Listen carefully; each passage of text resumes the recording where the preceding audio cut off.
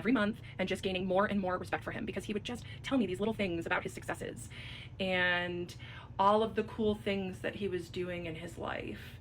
And it made me fall for him, honestly. And he was really good at listening. And I mean, he's a Pisces, right? So of course he's going to be there. Because he's a Pisces?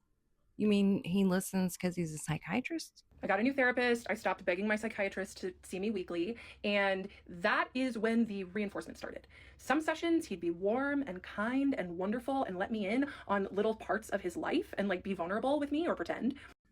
He'd be vulnerable with you and let you in? What? When I go see my doctor or my psychiatrist, I don't have a psychiatrist, but I had a therapist.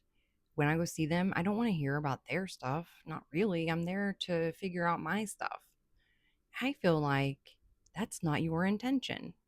If you only have ADHD, why are you going to a psychiatrist monthly? Other sessions, he would be cold and clinical and detached. And you know what that did? It made me work harder in our next sessions. Started the addiction that I had to him. So he did his job, and that made you work harder for what? For what exactly? I mean, the predator does not sound like him. He knew exactly what he was doing. This man gives lectures on trauma and attachment theory. He's going to start giving lectures on crazy people and how to spot them to other psychiatrists so that they don't end up in this situation. He used his psychiatric training to manipulate me and get me hooked. And guess what? It worked. We have our first in-person appointment in November of 2024, and I did. And the first in-person appointment went great, but that is when I really started to spiral. Some of you think that I'm spiraling now, and that's okay if you want to think that, because the reality is that when I was spiraling was when I was this man's patient.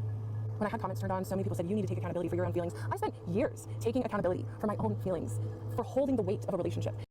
She says these things so matter-of-factly when we have no evidence of this man being what she is claiming he is. I feel so bad for him. He did not manipulate you. I feel like it's not just ADHD. And I only took psychology for a year and a year in high school and then a semester in college. I know jack squat, but I know a little bit about the psyche. It feels like you had a crush. The Dad Challenge podcast said it good. He said, feels like she might just be into therapist. Maybe she is addicted to therapy. Maybe. That's a really expensive. Can he take legal action against her? That's what I want to know, because if he can, he should. This could ruin his entire practice and so many other people's practices as well.